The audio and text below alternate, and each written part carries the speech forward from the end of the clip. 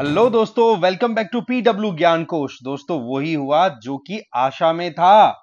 Hamas ने start कर दिया है विक्टिम कार्ड को खेलना।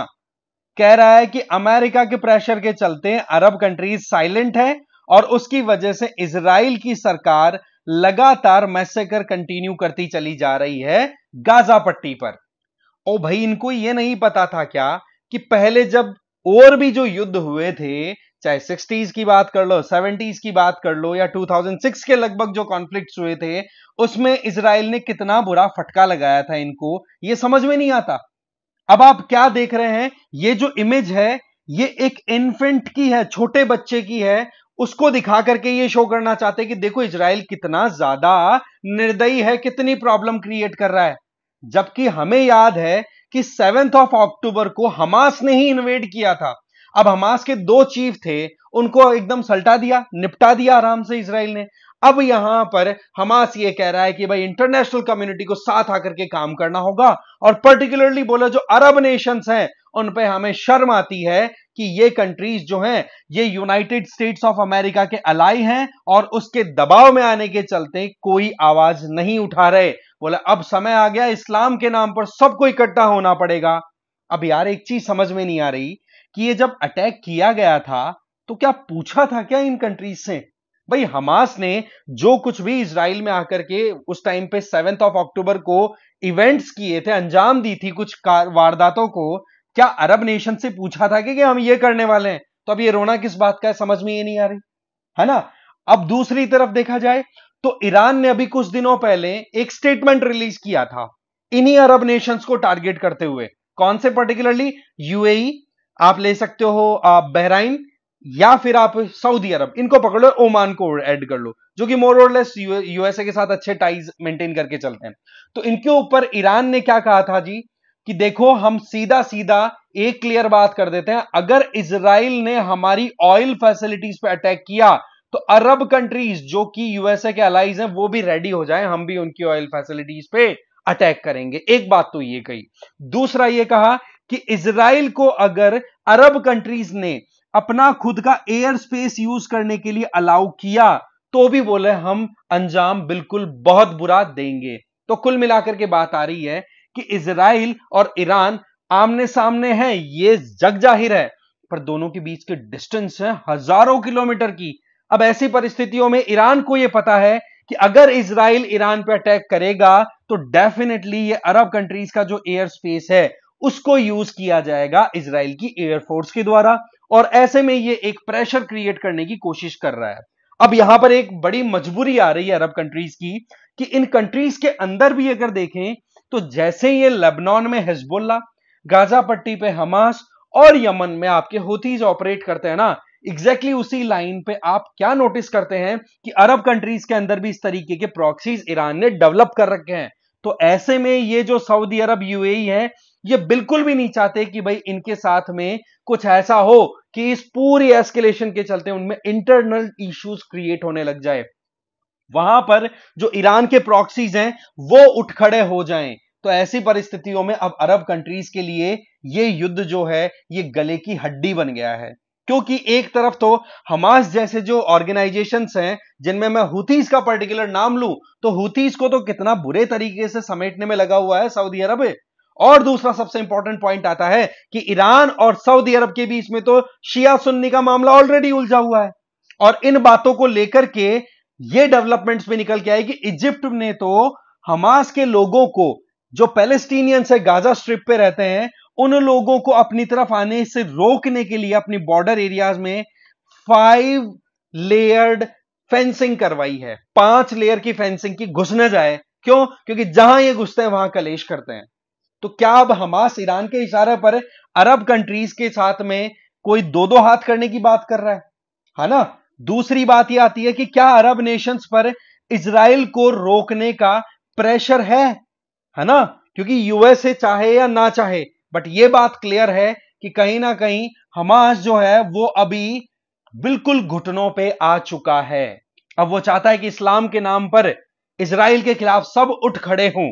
अब यहां पर देखो स्टेटमेंट्स क्या आ रहे हैं, द क्रिमिनल जियोनिस्ट एनिमी।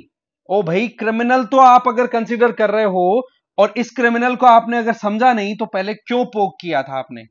आप बोल रहे हो कि पैलेस्टीनियन लोग जो गाजा पट्टी पे रह रहे हैं उनके साथ बहुत बुरा कर रहा है इजराइल, शुरू किसने किया था? दूसरी बात, अरब कंट्रीज हैं वो साइलेंट हैं और इंटरनेशनल कम्युनिटी है वो बिल्कुल नपुंसक की तरह बिहेव कर रही है। इंपॉर्टेंट है, चाहते हैं कि साथ आकर के सब मिलकर के काम करो। ओ भाई, आपको टेरर आउटफिट डिक्लेयर किया हुआ, आप कैसे भूल रहे हो ये बात को? दूसरी सबसे इंपॉर्टेंट चीज कि यूनाइटेड नेशन में आप किसकी बात करना चाह रहे हो? ये बात सही है कि इजराइल को क्रिएट करने में यूएन का रेजोल्यूशन ही था 1948 में, और उसी यूएन को इजराइल ने तो अपने यहां पर एंट्री तक मना कर दी। Particular United Nation Secretary General Antonio Guterres को अगर आ जाए तो अरेस्ट कर लो। क्यों? क्योंकि उस इंडिविजुअल के द्वारा कहीं पर भी एक भी इंपार्शियल मैनर में अप्रोच नहीं दिखाई पड़ी। क्यों? क्योंकि जब ईरान ने 180 से लेकर के 200 मिसाइल्स पूरी की पूरी दाग दी इजराइल पे, तो भी किसी के मुंह से आ तक नहीं निकली। तो कुल मिलाकर के बात ऐसी है कि इस पैलेस्टीनियन मिलिटेंट ग्रुप की जो अक्ल है वो थोड़ी थोड़ी ठिकाने आ रही है, बट अगेन ये ऐसा सांप है जिसको आप कितनी बार मार दो ये खड़ा होगा। क्यों? क्योंकि इसका एक्चुअल में जो आका है वो बैठा है ईरान में। अब ईरान को जब तक आड़े हाथ नहीं लिया जाएगा तब तक ये प्रॉब्लम सॉर्ट नहीं होगी, नंबर एक। नंबर टू, अगर हम बात करें तो यहां पर ये किन से अपील करना चाह रहे हैं? ये कह रहे हैं भाई कि आज तक आप लोगों ने निंदा की है, क्रिटिसाइज किया है, बोला अब वर्ल्ड कम्युनिटी को रिस्पॉन्सिबिलिटी लेनी चाहिए क्योंकि ये सारा जो मामला है ये अमेरिकन कवर के अंडर हो रहा है, अमेरिका ने प्रोटेक्शन कर रखा है। बट अगेन मैं वही बात बोलना चाहूंगा कि भाई साहब, आपने जब पहला अटैक किया था आपको पता नहीं था क्या कि इजराइल क्या है? राइट? अब यहां पर आप इस्लाम का गाना गाने लग गए, तो ये चीजें कहीं ना कहीं सवाल उठा देती हैं कि किस बेसिस पर ये अप्रोच लेकर के चल रहे हैं, बेसलेस एफर्ट्स के आधार पर काम कर रहे हैं।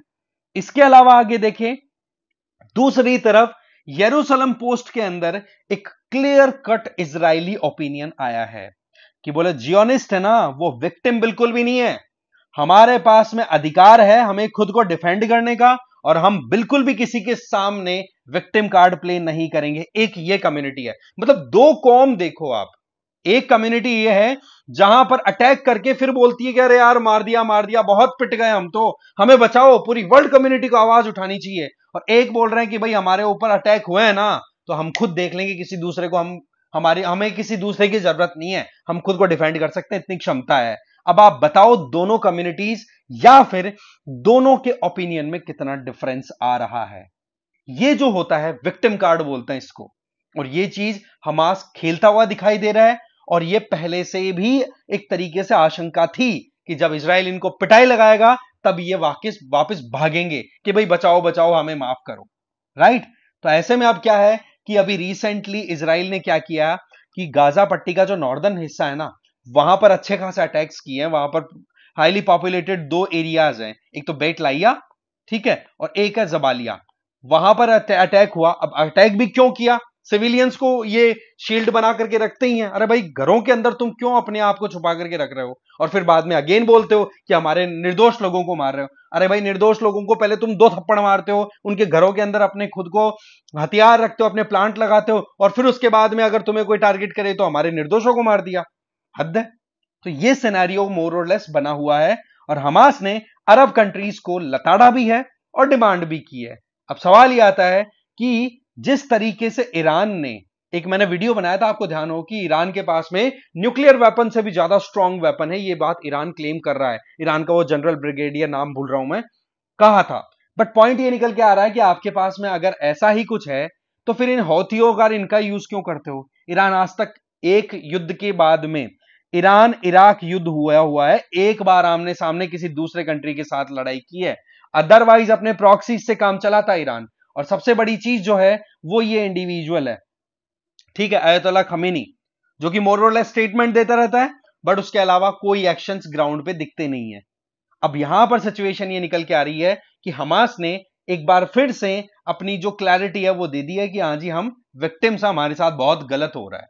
अब आप बताओ मुझे कि ये क्या सिनेरियो है, किस तरीके से हमास का ये स्टेटमेंट जस्टिफाइड है और आपका क्या मानना है? ओके, तो इस वीडियो में इतना ही था। Thank you very much for watching this video. एक और इंटरेस्टिंग टॉपिक के साथ मिलते हैं फिर।